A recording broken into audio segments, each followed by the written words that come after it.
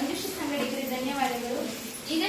ಈಗ ನಮ್ಮ ಶಾಲೆಯ ಮುಖ್ಯ ಶಿಕ್ಷಕರಾದ ಬಸವರಾಜಪ್ಪ ಸರ್ ಇವರು ಈ ಕಾರ್ಯಕ್ರಮವನ್ನು ಉದ್ದೇಶಿಸಿ ಒಂದೆರಡು ಮಾತನಾಡಬೇಕೆಂದು ಕೇಳಿಕೊಳ್ಳುತ್ತೇವೆ.